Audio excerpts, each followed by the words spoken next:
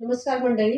ही सोमवती अमावस्या तुमच्या आयुष्यामध्ये कोणते बदल करते? काय बदल आहेत जे तुमच्यामध्ये होणार आहेत आणि काय आहे जे तुम्हाला करायचं आहे? तर सुरुवातीला सांगितलं जाते की या सोमवती अमावस्येला तुम्हाला गायी पूजन करायचं आहे.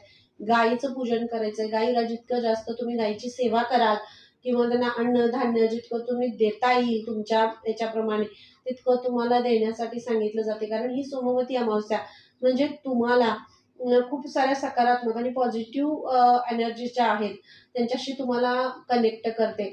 ज्या काही आर्थिक हेल्थचे जे काही प्रॉब्लेम्स असतील त्यापासून तुम्हाला बाहेर काढते.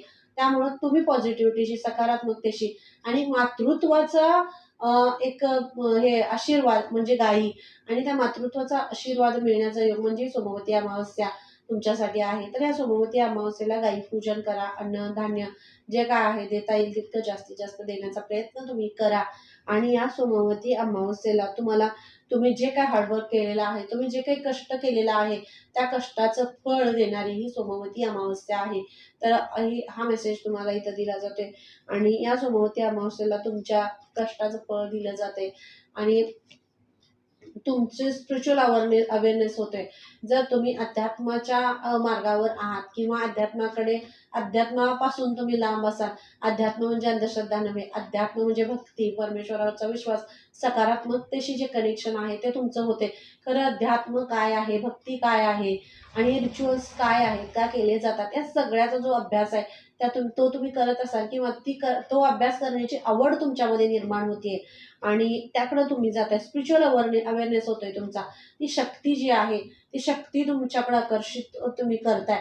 जी ब्रह्मांडामधली जी पॉझिटिव्ह शक्ती आहे, स्पिरिच्युअल शक्ती आहे, ती सुद्धा तुमच्याकडे अट्रॅक्ट होते आणि त्यामुळं विविध ह्याच्यातून तुम्ही स्पिरिच्युअल अवेअरनेस करण्यासाठी सुद्धा तुम्ही सक्षम. म्हणजे तुम्ही इतरांना ज्ञान द्याल यासाठी सुद्धा तुम्ही सक्षम होताय आणि देवी कामाख्या काली आहे तर या सोमवती अमावस्येला तुम्हाला तुमची आर्थिक सुबत्ता जी आहे त्याच्यावर तुम्हाला प्रोटेक्शन दिलं जाते.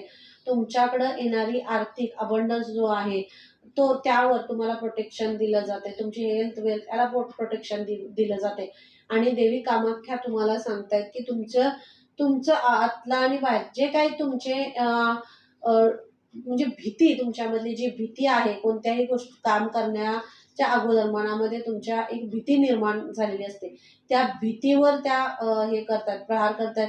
ती भीती तुमच्यातली संपवतायत आणि त्यामुळं तुमच्याकडे येणारी जी आर्थिक सुबत्ता आहे, प्रेम आहे, पैसा आहे, आनंद आहे, ते सगळं स्वीकारायला तुम्ही सक्षम होताय, तयार होताय, असा तुम्हाला इथं मेसेज दिला जातोय. फुल प्रोटेक्शन तुम्हाला इथं आहे.